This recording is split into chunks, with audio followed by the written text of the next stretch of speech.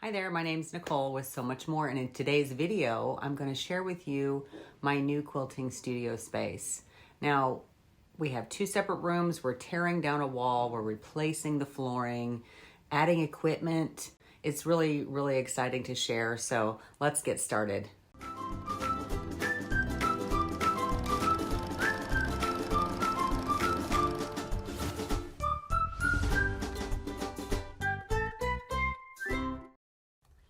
So I enlisted my family basically. I have two sons, and here's my eldest son and my husband. They're moving the heavy equipment. So I have everything. I don't know how I did this, but I jammed it all in one room. See, there it is, all in my living room. And the guys moved the heavy equipment out of the room. So now both of the rooms are empty. This was my studio with the white walls. And then the room next to it was my youngest son's room. We're going to knock out the wall in the middle. And so I hired a contractor. This is our contractor. He is just starting the process. He's tearing out the wall. He's going to be ripping out all of the carpet. And then I enlisted my youngest son and his friend to do some painting for us. And they did such a good job. They were such good workers. They really helped out a lot. We had to do several coats on my son's wall, which was that darker brown. And then, of course, Troy came in, my husband, and he helped do the finishing work. He's really good at painting, and he even helped with this trim part. So helpful. And so after the painting was all done, all the trim was done, we had new flooring put in, which was, oh my gosh, why didn't we do this before? This luxury vinyl plank is what they call it. Really set off the entire room. It's so much easier to clean than carpet. And then we started putting things back into the room. I spent a lot of time at Ikea figuring out what I needed. How did all of this stuff fit in one room? I don't even know. I did spend quite a bit of time organizing things. I wanted every item that I had to have a place. And so once I got everything laid out just like I like it, I added this big cabinet. Everything is starting to take shape. I was able to enjoy this wide open space for about a month. And you see I have my tabletop long arm there, but then I have new equipment being installed. This was super exciting. I had my local dealers come over. They installed the frame. There we have the job inspector looking everything over. And before you know it, I have a whole new room. So when you walk in, you're met with my long arm, which is on a Grace frame. This is the Juki J350 QVP quilting machine. I used to have this machine head on a table, but I transitioned it to a frame. And I'm just doodling on some fabric. I just had some folks over to try it out. There's many people's names. See, there's Sharon, there's Janet, Phyllis. I don't think anybody else put their name on it. So just some doodling going on there. Let's go on this side of the sewing room and talk about what we see here. I've got a design wall along most of this wall. And what the design wall is made of is construction foam that I have just put some flannel around it and nailed it to the wall. Very simple, very effective. And I have random quilt blocks up on the wall right now. Got some St. Patrick things going, some Easter bunnies, all sorts of fun things. And those are not using, I'm not using any pins to hold those on there. The flannel, works really well with the cotton and kind of keeps things up there, so you can just set it up there. It's a nice way to do a design wall. And so I have several machines, or just two, on this side of the room. And I am a Juki brand ambassador, so I do have, and these are my own machines. So this is my Juki DU 1181N. It is a industrial sewing machine. I'm a bag maker. I first started sewing, making bags, and so this is a walking foot sewing machine, and it it goes through so many things really quickly. And I have the ability to manage the speed, the stitch length, some really basic things like that. It does use some pretty industrial thread. It uses bonded nylon. It's really thick. And I have it in several sizes or several colors. So, and I have that in a shelf right over here. So in this corner, I have a little Ikea cart right over here, full of all sorts of bag making supplies. And then we have a closet right here where I keep a lot of my UFOs or my unfinished objects. And I try to be really organized about this. So I do label most of them. I have projects that I've started that I haven't finished, and so I call them UFOs or unfinished objects.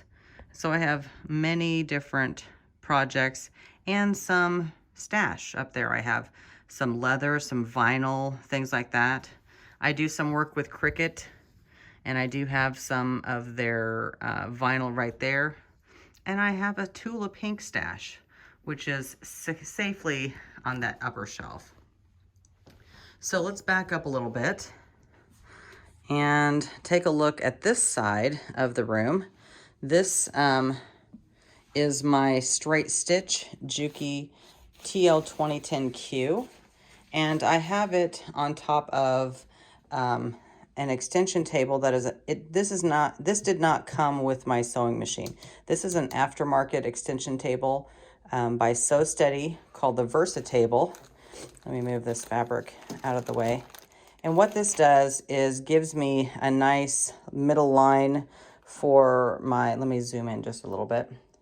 This gives me a nice middle line for when I need to do snowballing. It has a 1/4 inch seam, so this really helps with seam allowance. And if I did any free motion quilting on my table, this provides a nice slick surface as well. And then I just access the bobbin by pulling that up. It's really simple. I've had this machine for a while now, and I love it so much. It is, like I said, a straight stitch sewing machine. It works really well. It goes really fast, and it actually goes through several layers as well. It's a really nice machine. And then I have my Daylight Slimline 3.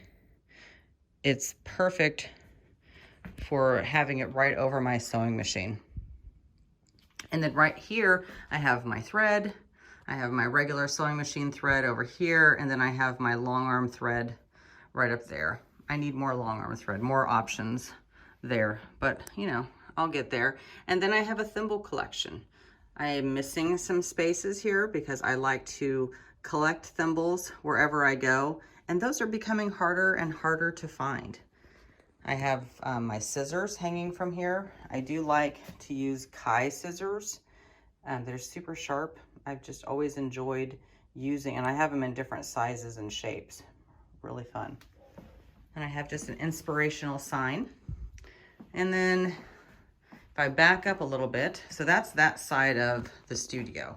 Let's go over here and take a look. I call this my Oliso wall. I have a thing for Oliso irons, and they are so cute. But I do have a really fun wall quilt right up here. This is a class that I took with Latifa Safir. I'm saying the last name wrong, but it's called the, I don't know, it's done with bias tape. It's a really fun technique. I took this class, gosh, years and years ago.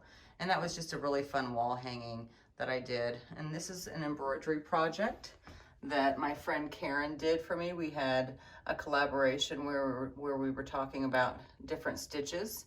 And so I have that hanging on the wall, super cute. But I really do like this brand of irons. This is for every day, these larger ones. And then I do retreat often. And so I just kind of pick whichever color that I want to take to whichever retreat. And then down here, this is an Ikea cabinet that I use and store my fabric scraps.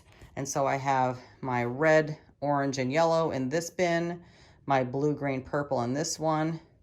This top one over here has scraps of stabilizer foam, SF101. I mentioned I'm a bag maker, so I have opportunities for lots of those things. And then in this bin right down here, I have black, gray, and whites for scraps. And so that's a really, I found that I do a lot of foundation paper piecing, and so I found that this is a really great way for me to store scraps. I have too many right now, so, you know, I'm trying to work through that mess right now. This is my cutting table, and it does fold out one more time, so I can have a full, I think it's almost 70 inches in length by 36 inches. It's a nice size cutting table, and it does fold down.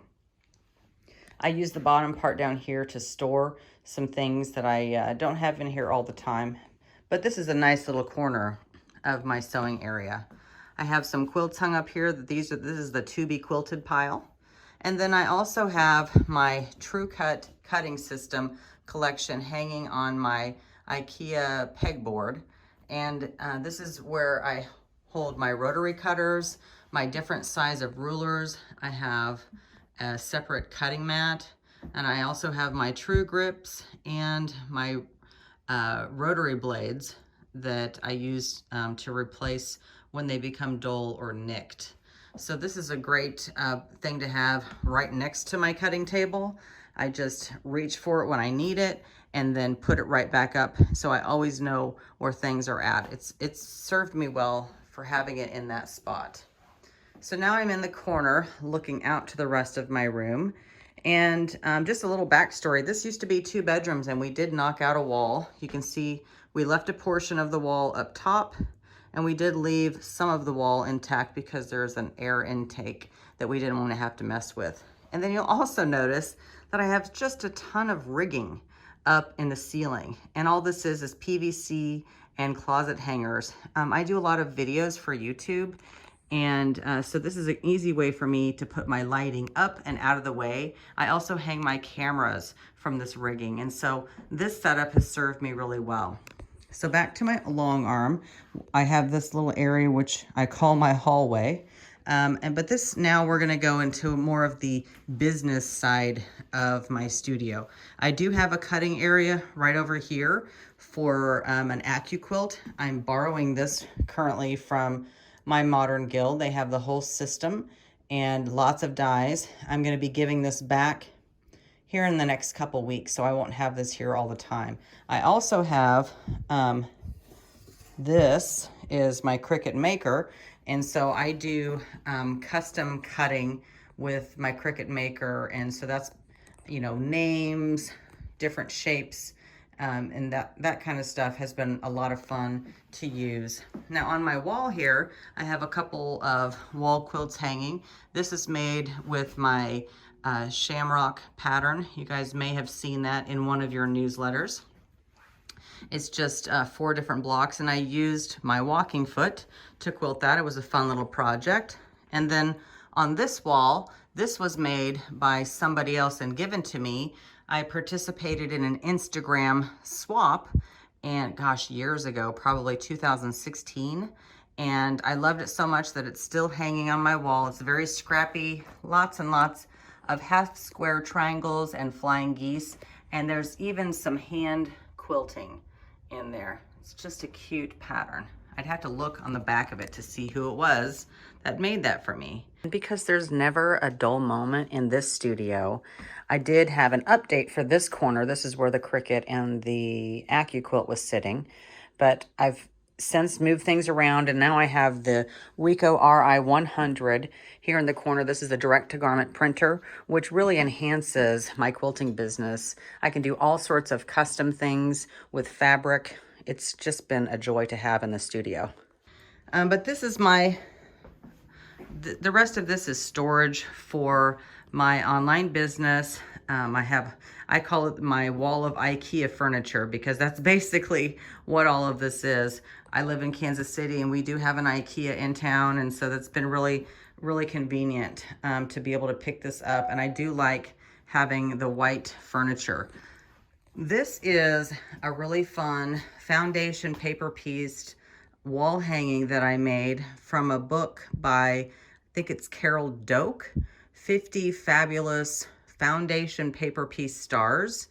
And I've made this block so many times.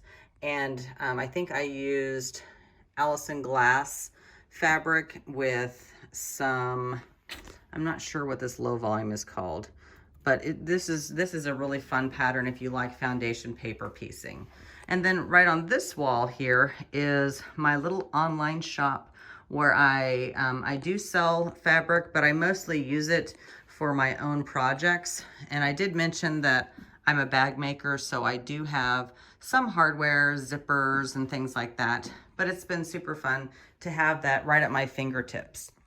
And so I do have more of a thimble collection going on here. I have this cute ruler that's been converted into something to hold thimbles in.